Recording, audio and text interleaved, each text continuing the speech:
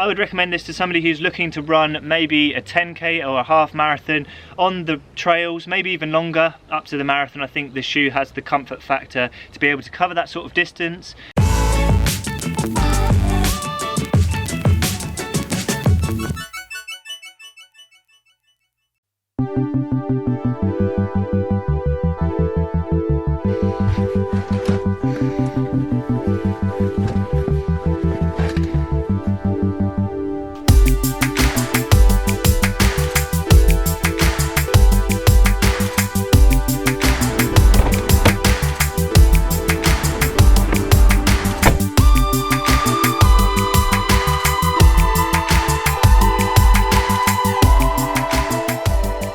So welcome back to the channel. Today we've got another shoe review, or a first impressions run of the new Hoka Tecton X. Now this is a road, it's not a road, it's a trail racing shoe, hence why I've come down to my local sort of river trail. We're going to take them out for their first run today. I haven't even put them on my feet yet, so yeah, this is a first run impression. Oh wow, they're in a really nice bright orange colorway there. I have had a little look online at some of the specifications, just so I can include them in this video. So I'll just get the other shoe out. There we go, beautiful orange colorway, nice blue on the side here, and then you've got a red outsole grip. So yeah, they've really gone for a bold looking trail shoe there. I'm very thankful to Hoka for sending me this pair for the purpose of review. I've been trying to reach out to Hoka for a long time to basically try out their running shoes, and they've finally started a relationship with me, so I just want to say thank you. I brought along my original pair of Mach 4, absolutely battered now. I've put about 1,000 kilometers into these on the road. They're still going well. These were my favorite daily trainer of 2021. If you want to go watch that video, I'll link it up here. Yeah, but before I take these out for a first run impressions, let's go through some of the specifications. So this is the first trail racing shoe from Hoka with a carbon plate in it. Now this shoe actually has 2 carbon plates, which is pretty cool. So yeah, split parallel alongside each other, just like that. I've not actually tried a trail racing shoe before, so this will be my first experience in something that's designed to go fast on the trails.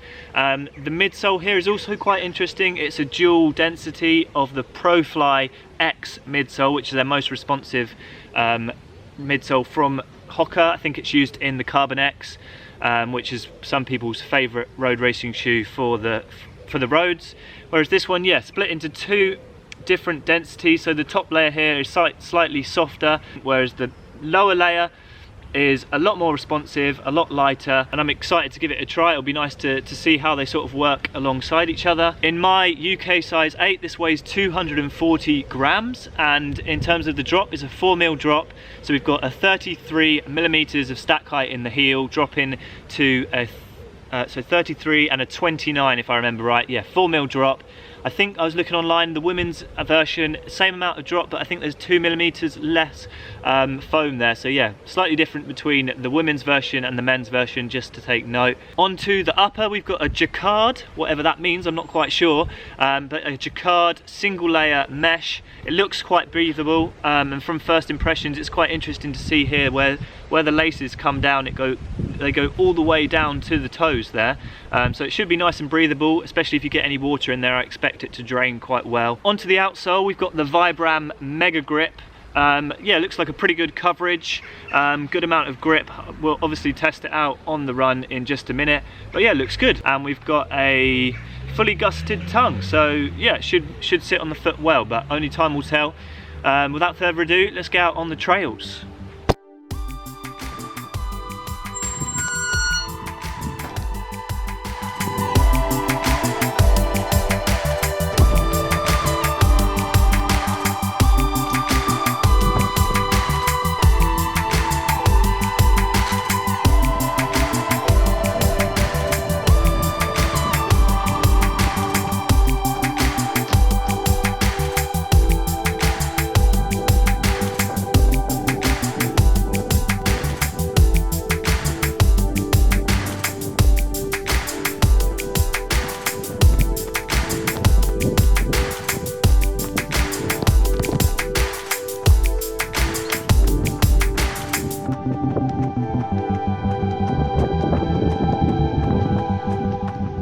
So I've just ticked over the 6 kilometre point, which is the halfway on the run today.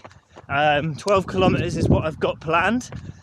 Nice and easy. These shoes are designed more for speed, but unfortunately at the moment I'm in the taper for my marathon, which when I'm filming this is less than 3 days away. I've been putting like a countdown on my Instagram story, so yeah, I've got 2 more sleeps until the big day, so nothing crazy today, just some easy miles out on the trail.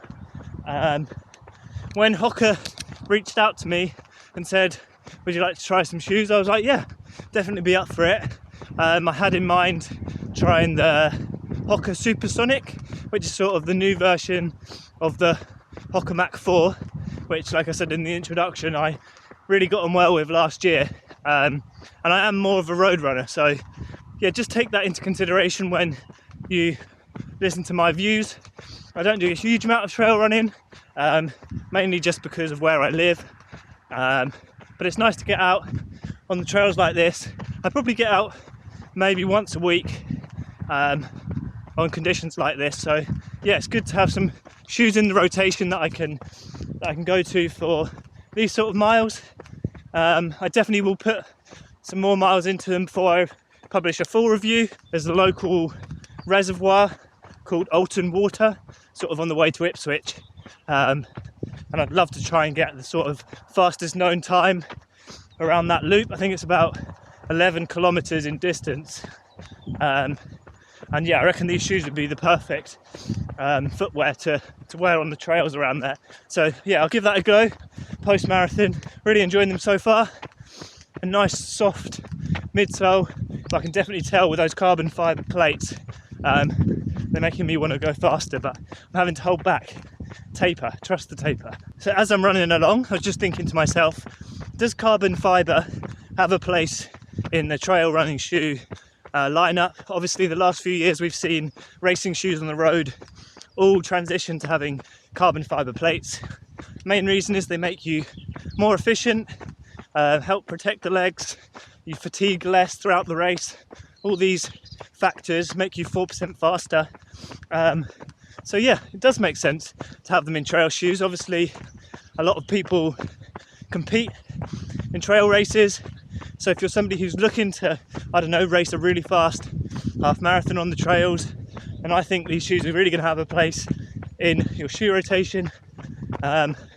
Maybe even if you want to train some faster reps on your local trails, these would be a great shoe. Good amount of grip. Like if you're going to try and use other carbon racing shoes that are designed for the road, you're going to struggle grip wise. So yeah, I think carbon will slowly start to creep into the trail running market now for the next few years, and I definitely think we're going to see more of it in the next few years as people look for more racing shoe options for this type of terrain.